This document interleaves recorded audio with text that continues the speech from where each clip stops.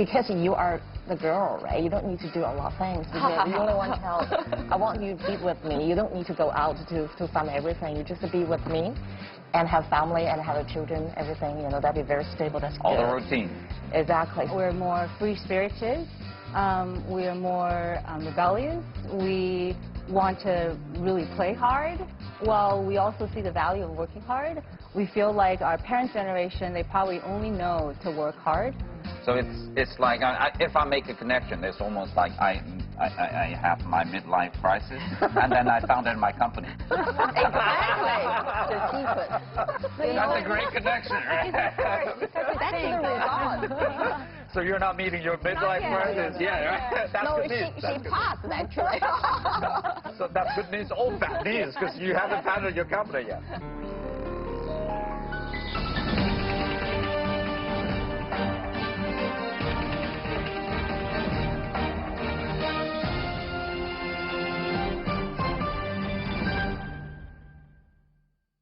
Hello and welcome to this edition of Crossover. I'm Ji Xiaojun. Hello, everyone. I'm Louisa Lee.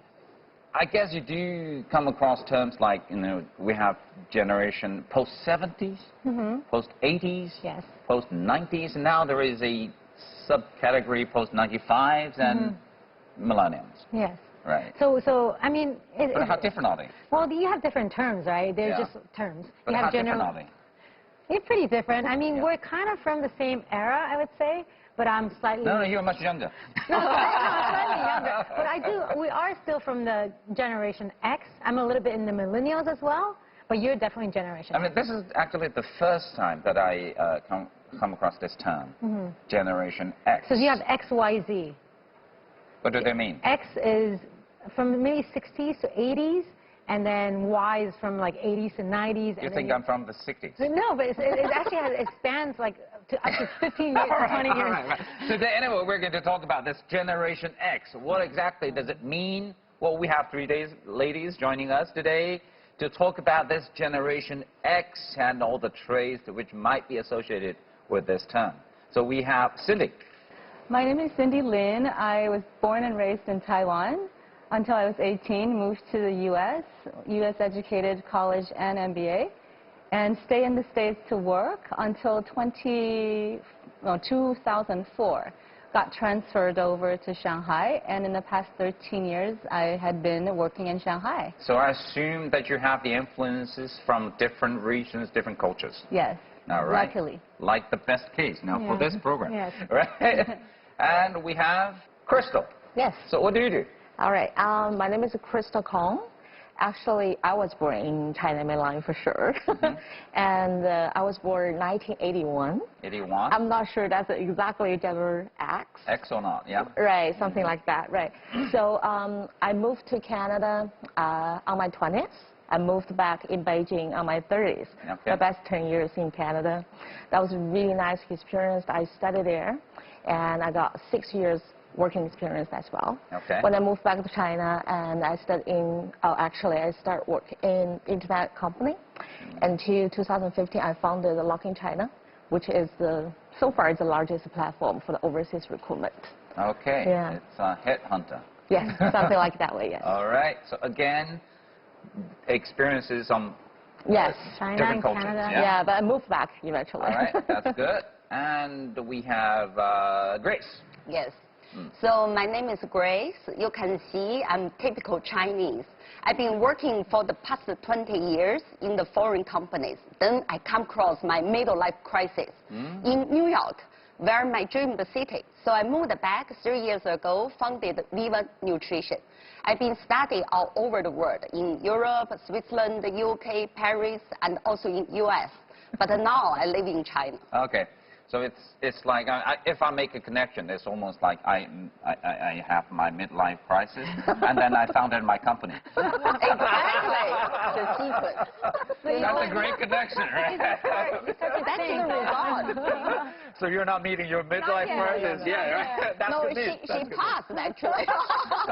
So that's good news, all bad news, because you haven't founded your company yet. Now, again, let's come back to the term Generation X. You were trying to say there is the X and Y and Z can... I refer to also music. I don't know. I think it's easier, in a general term, I think it's easy when you think about the music that you listen to while you're growing up. I think that can kind of differentiate. Yeah, that reveals where and when you were born. No, but I listened to Mariah Carey, right, back in the days, Backstreet Boys, Britney Spears. I think that's when people can tell, oh, what generation you're from. I only listen to TF Boys. Well, we have to explain to our viewers. TF Boys are basically... What is TF Boys? TF Boys basically it's a group of 3 teenagers basically, and they are extremely successful in China, attracting all these. Well, sometimes young followers, but sometimes mature followers, I would say. So you don't know TF Boys? No. Yeah, go check it out.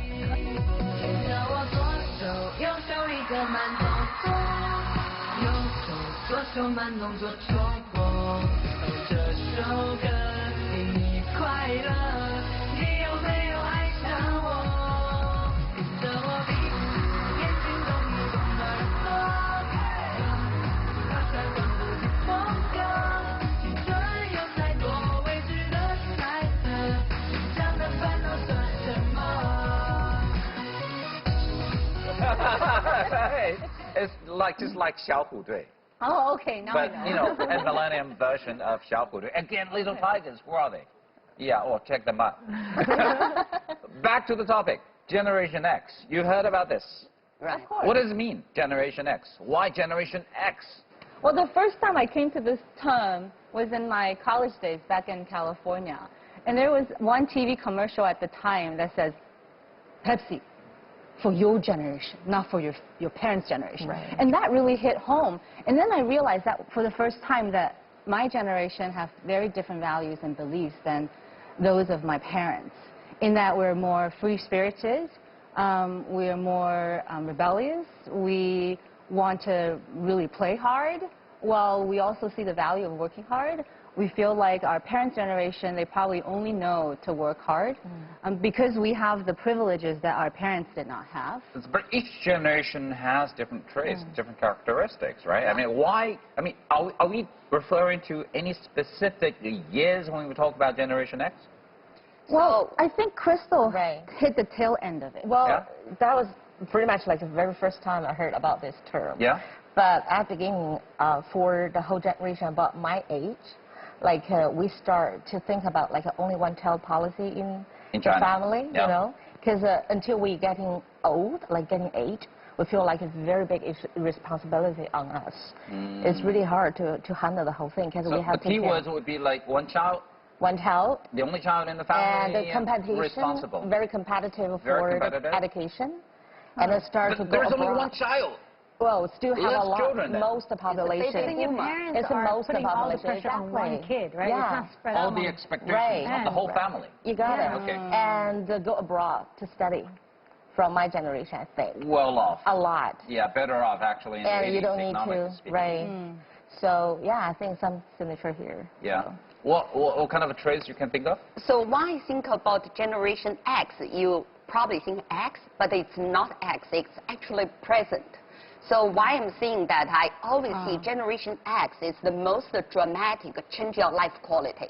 If you're thinking about the internet, the whole booming, it's the 60s. All these big names, they are the 60s You born. mean the bosses, the founders of the big Exactly, companies. right. The BAT companies. If I think Generation X is actually the present changing phenomenon in China, has the most dramatic change of life destiny. I think in history, before Generation X or after Generation X, has no such dramatic change in life quality. Of the society. Yeah. Well, let's say, I mean, there could be different explanations of this term Generation X if we copy that term in China, in the Chinese culture circle. Say, in America, that could be referring to different years, but now probably we're not referring to the ones born in early 70s till 80s, 10-something years. Well, what we're trying to talk about today is, because, we all come from different regions and might have different education background and work background.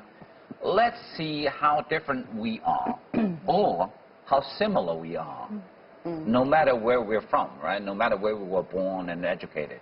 So the first thing, The first thing, we just talked about, different traits that you can think of. Being responsible, what would be the key words again? Free-spirited. Free spirit, rebellious, a new generation, your generation, not your parents' generation. Exactly. It always works, right? Yes. Anytime. She said work hard, play hard. That's Work all. hard and play yes, hard. yeah. And your generation is more about, you're thinking about experiencing all these drastic changes in the society, both socially and economically speaking. So let's come down to the specifics. Let's come down to the dreams you had when you were little. Say, I want to be, we always make dreams like that, right? When we grow up, I want to be. What did you want to be? No, that's, I want to ask you. Yeah, for boys. No, there wasn't. There was, I'm interested to hear what everyone wants to be. I wanted to be an actress when I was a kid. All right. Yeah. You were in Taiwan or in Canada? I was in Canada. In Canada. Yeah, and you wanted to be actress. Influenced by the media, I guess. By I was the media. always watching these shows with my mom, and I wanted to be an actress. My I mom had was like, no idea what an actress my mom was like, about. go for it if you wanted to, but I never made it that route. But at least I'm still on TV, or sort of. Well, actually, it's not true. I mean, we had magazines at the time showing all these big names. But if you look at the pictures, even the cover pictures of those magazines, these days it's like, celebrity. But at the time, it's like, they were leading the trend and the wave and everything. Role models. Yeah, so what was your dream? You didn't answer my question. What did you want to be? Me? Yes. Interesting. You try to skip Marry me. the actress. That would be nice. But it's almost like it changes a lot, right? I wanted to be a driver, a train driver. That's an upgrade, right? And it was considered as a good actual profession at the time. Later, we also said things like wanted to be a scientist and things like that. So that's pretty much. And later on in my high school, I wanted to be in media. I had no idea why, but I said things like that. So that's what I'm doing, right? Yeah. So, Cindy? For the longest time, truth is, I wanted to be like you. I wanted to be an anchor person. Yeah, what did John say?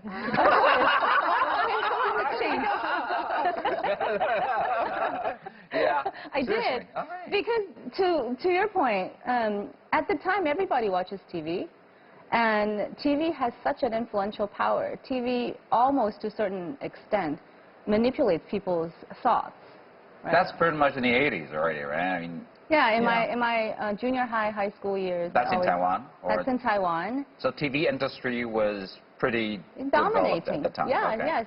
And then later on, I wanted to be an architect because I wanted to leave a legacy. I wanted, after I passed away, hundreds of years even, there can be people still living, working, playing in the structure that I built that I thought was cool. Bearing your name. Yeah, and now my dream is to be a pilot. I want to fly. For now? So, yeah. All right. Astronaut?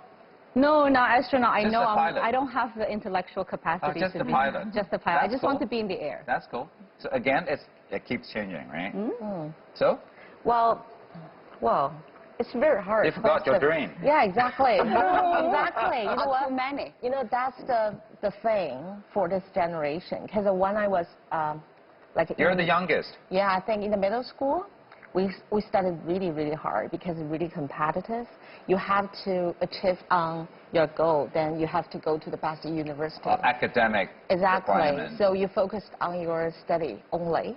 You don't really see a lot of things. No dreams. Right. The Exactly. dream is to not get really a the better no university? dream. Yeah, the dream is start from the university. Because at that moment, every single day, your teacher, they talk to you about you go to the best university, your dream will come true. And right after, everything You get a will good come job. true. Once you get a good job. Exactly. So it was still like that? I thought that was just for my generation. I think it's even worse from my generation because for that part, it's really competitive. Where from? Right. From in China? Liaoning. Liaoning and northeast. Northeast. Yeah. And you're the only child? I'm the only child. In the big exactly. city or in the countryside? I'm in Dandong. It's It's close pretty to North big city, Korea. yeah. Not really big. Yeah, okay, much bigger than mine. Yeah, Good to know. yeah, I that. came from a village.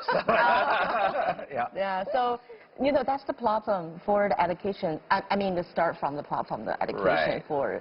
for this part. So, If you talk about the dream is start from the best university Okay. for this generation. For That's a lot. pretty traditional. It is. Very much. And I mean, It is. Chinese culture always says, education is always the most important Right. thing. Right. You get the education, and then Yeah. that's why we had the topic, the discussion of tiger mom or not, Right. Yeah. Yeah. right? So when I was little, my dream is to leave home as far as possible.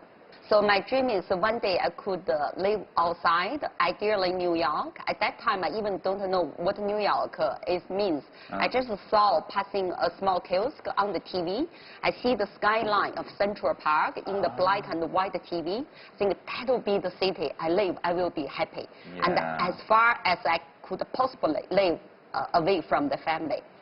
So when I grew up, of course, my dream came true. But then the time I was thinking, I want to be a top corporation's global CEO. I want to travel all over the world and be the person to lead in the company. But then after middle life crisis, now my dream is building up my company, become the top company. Now, when you say you started by thinking of, living in a city like New York, and then you shifted to being a CEO of one of the biggest companies.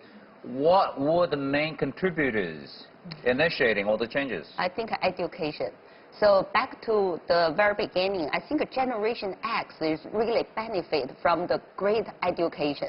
We've been very lucky by well-educated and of course by what you say, the self-drive Right. to leading your way. But actually the education really changed me. Yeah. So I've been educated very well in China, in Europe, in US, and also by the corporation later on with all kinds of coaches. I think the education changed me, make me feel like what's the meaning of my life, what type of lifestyle I want to lead to, and what's it look like outside China. Well, we're not just talking about these trades for no reason, and basically we're trying to focus on these years because, on the mainland, that's the time when we were experiencing all these dramatic changes in the society. Exactly. Like in the 70s, it was still in political turmoils with the Cultural Revolution and everything. But by the end of the 70s, we started to have that opening up policy, and economic reform was also started, and new policy. Also, one-child policy was introduced by the end of the 70s and early 80s. Yeah, and then when we were receiving education, that was in the 80s. And that's like when the economy began to pick up yeah. development and everything. So Huge change. when it changes, I guess that also influences our choices and our horizon, the views that we have about the world, our values and everything. So share with us, what are the biggest changes that you witnessed? Like, you were born in Taiwan, in Canada. And well, I was born in Taiwan. In Taiwan, Yeah. and went to Canada. When I was 6, so I was in the West pretty much, yeah. And then you went from Canada to America. To America. What would be the biggest changes you've noticed actually through those years, from Taiwan to Canada to America? Well, I think growing up in the West, maybe you don't see the difference so much. I mean, say in China, I think, in the West it's quite open, so I didn't really feel the dramatic change. Yeah, so you just took it for granted. It's there, right? It's like the 80s or 90s, What about you, Cindy? Well, also to your point, in the West, there wasn't that much dramatic changes, but at home... You grew up in Taiwan, right? I grew up in Taiwan until I was 18. Okay. So I left Taiwan in 1990. So in the 70s and 80s, any major changes, shifting? For Taiwan, yes. Yeah? It was just huge booming in terms of economic growth. Yeah. And we definitely benefited from all of that. And also Taiwan was opening up. I was the second class to be able to go abroad to study. What do you mean by second class? Taiwan did not really allow students to go straight from high school to enter into U.S. college. There wasn't a path, so to speak. Okay. I was attending a girls' senior high school with thousands of students. I was one of a handful to go straight from high school to U.S. college. It was So I supported was by only the the second government class. or not? I wasn't sure, but at least the stage or the path was created for us. So I think you've heard of a term, 小留学生. Yeah. Young overseas student. I was not considered one of the younger ones because the younger ones, the governmental or the general path wasn't created. And that's why families individually had to make individual choices to place their youngsters in overseas homes. But I was considered one of those in the formal channel to go abroad, to study in college. So that to me was one way to really open up. Yeah. And then another big change that I could observe at the time is the Santong. Before that, between Taiwan and mainland. Before that, we didn't hear anything from the mainland. We couldn't even make a phone call to our relatives in mainland. We couldn't receive, it will take forever for a letter to get to us and all that. And so right around that time, we started to hear more and we started to receive relatives from China. My grandfather started to go back to where he came from. So it was all happening right around that time. And that's all posing some influence on your values and your views about this world, about this society. Absolutely. We'll take a break, and when we come back, we'll come down to specifics of this generation. Yes. You're watching Crossover. And for more information about Crossover, make sure you follow us on Instagram and Facebook. We'll be right back.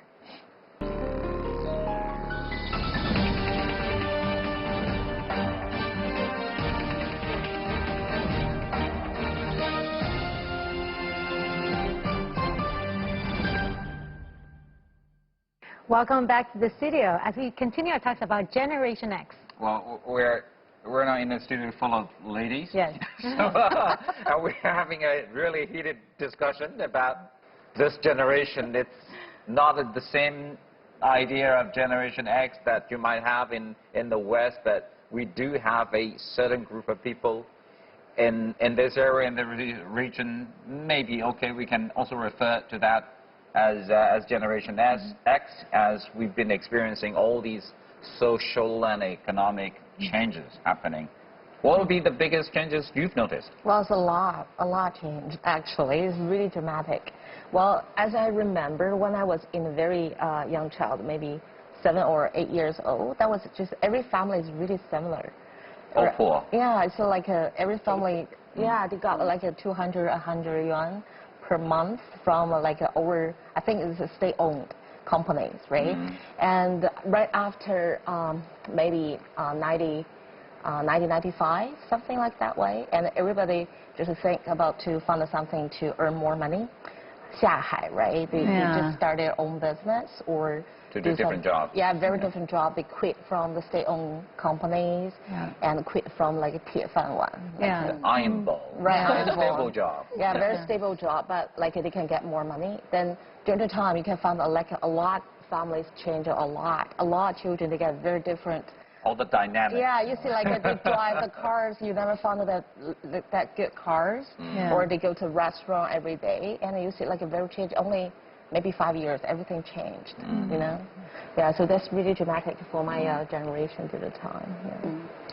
So I noticed 2 dramatic changes. It's my parents' generation, as Crystal just said, they are poor.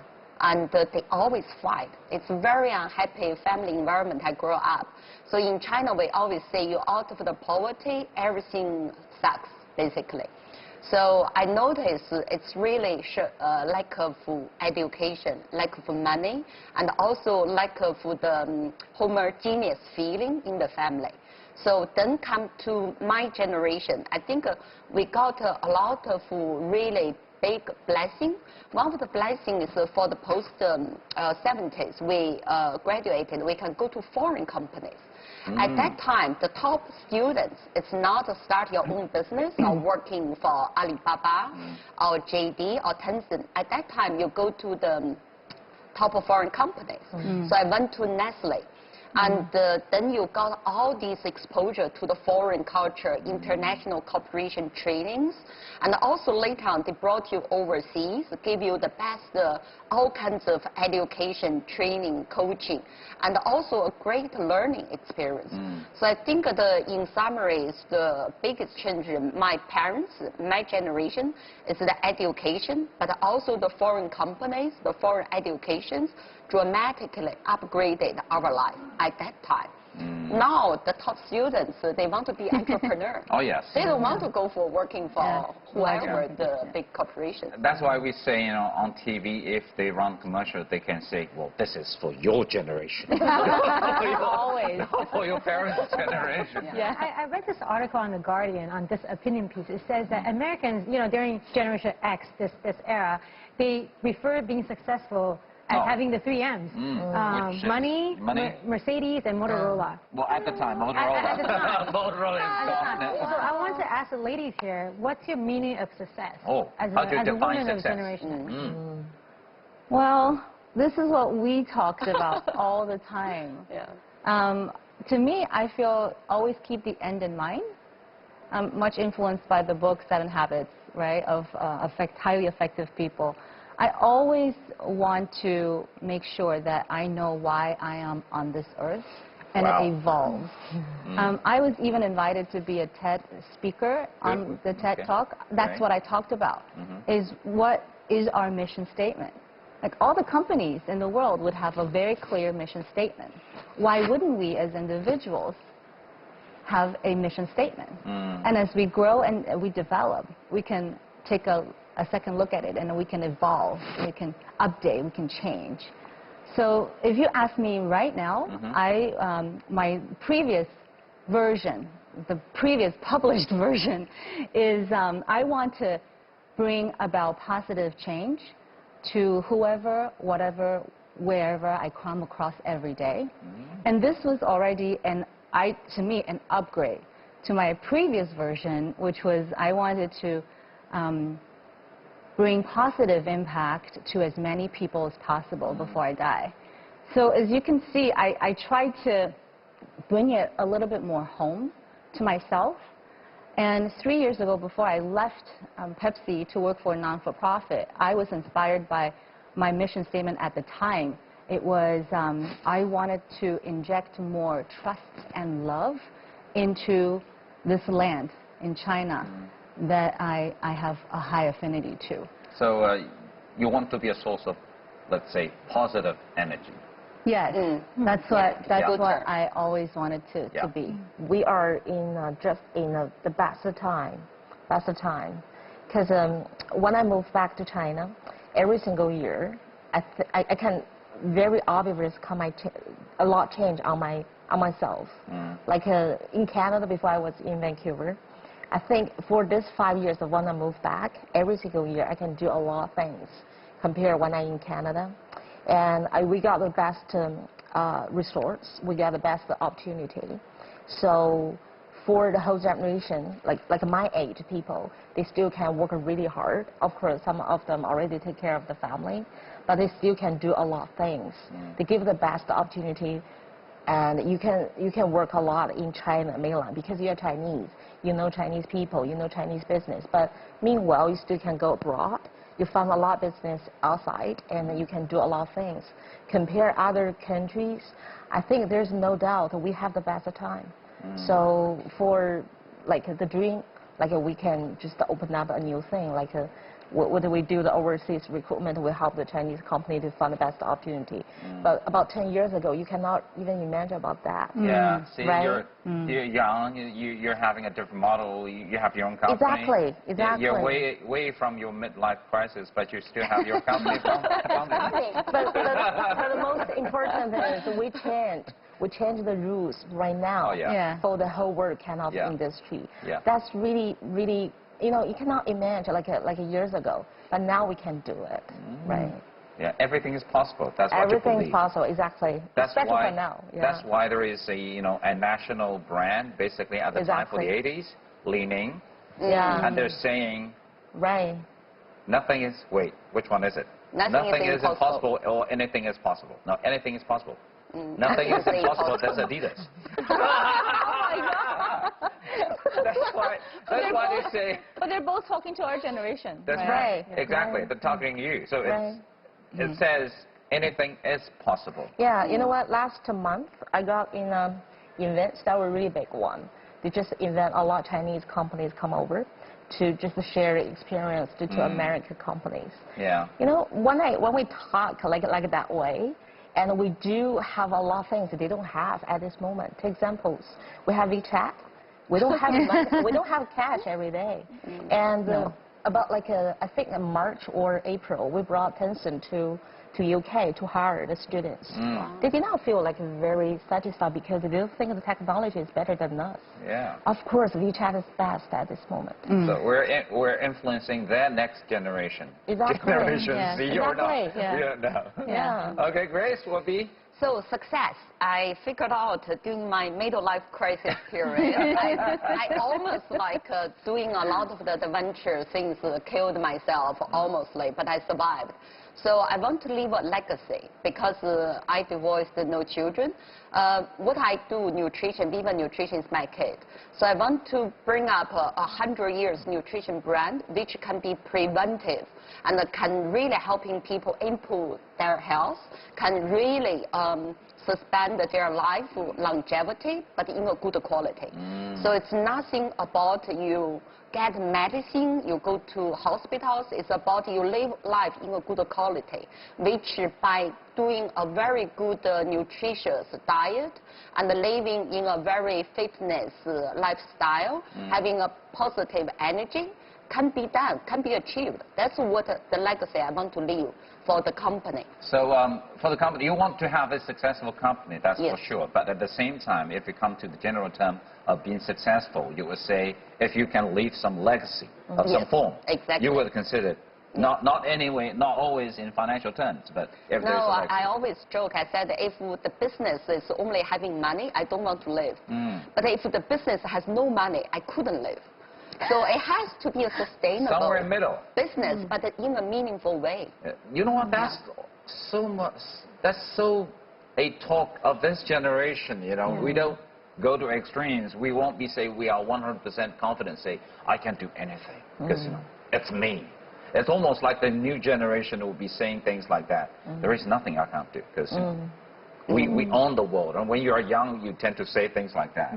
But at the same time, this generation, you're younger ones, you know, old ones, but this generation, sometimes we consider ourselves lucky. We were born in the years with everything in a different stage.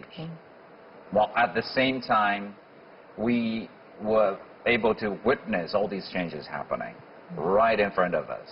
And we were able to play a part of it because we have been contributing to all these changes that are now happening and that are now affecting our lives in a way.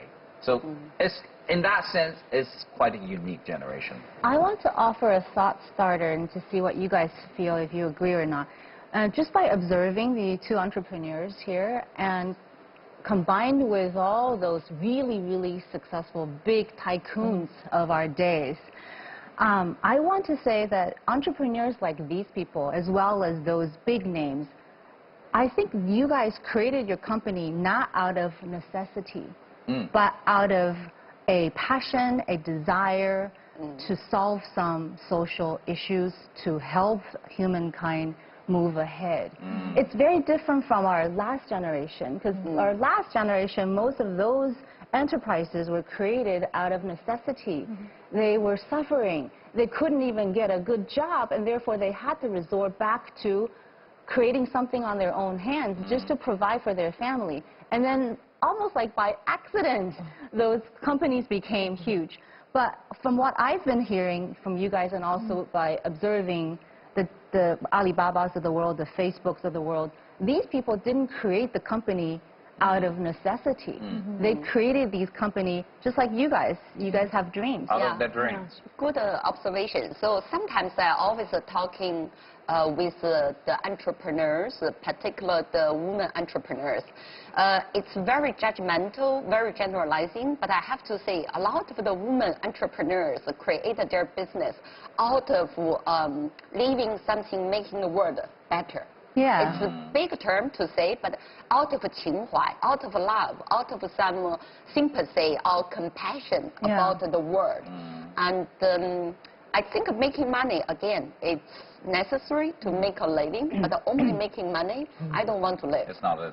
I agree with both of the ladies because we talk about, I think in this generation, we actually pursue our passion. We go for what we want to do. I think we grow up having that in our head. And I wanted to ask the ladies here, did your parents have any influence on your definition of success? Or on how you're going to choose what you want to do when you grow up? Because for my example, my parents said, go for what you want. So I always went for my passion. So, is there a but after that? You can go for what you want, but if you go do this, that would be, you know. okay, they're like, no but, yeah? No but. Yeah, there is a but in their heart. Yeah. So any influence at all? Well, I think that's very interesting because from my parents. And, well, because you said we do have a lot of passion, opportunity, we can do a lot of things. But I think they were happy before, really everything changed. Because they got, so every single one, maybe they earn the same money, and the family looks very similar. They don't really have a lot difference, they don't have the pressure a lot. So for my parents, they don't really push me very hard for this. Okay. Well, they're happy if just one of the average Exactly. kids, yeah? Well, they said there's no pressure, that's good. But because you are the girl, right? You don't need to do a lot of things. Because you only want child. I want you to be with me. You don't need to go out to find everything. You just be with me, and have family and have children. Everything, that'd be very stable. That's all good. the routines.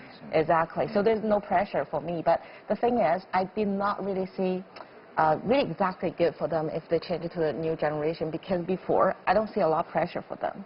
Everything is very similar. But you mentioned the one word, very funny, because you're a girl, so that's why they don't expect that that's much. The culture. That's interesting. That's the Chinese culture. Okay. That's why a lot of parents, they just push very hard, 剩女, right? The people the girls after 30 years old, you really have to have the family. Otherwise, you don't have the chance to have family anymore. So that's the generation thing. There's a lot of truth to it. I know that Grace will have very different answer than mine, but let me just offer the but. I did have a big but. Okay. Both of my parents were educated in the U.S. And they are supposed to be very open-minded, and they were. And growing up, my mom and dad always encouraged me to find out what I want to do, what I aspire to be. But when I was applying for college, of course, I shared with you, I wanted to be an architect, right? But I applied for the architecture school, and my parents goes, you're already so tomboyish. We think that if you become an architect, you may not be able to find a boyfriend. And therefore, they switched me. They wanted me to become a businesswoman, a marketeer. And so I went into the marketing field. So they were right. So kind of, I was enjoying my marketing career. Really influenced your decision at the end. They did. That's what they like. All right. Because, we do see a lot of girls, right? We don't see a lot of boys available now. So that's why a lot of girls, they get pressured by themselves as well. So not really from the parents. I think that's the truth right now. Okay. So not exactly for the culture, right? Yeah.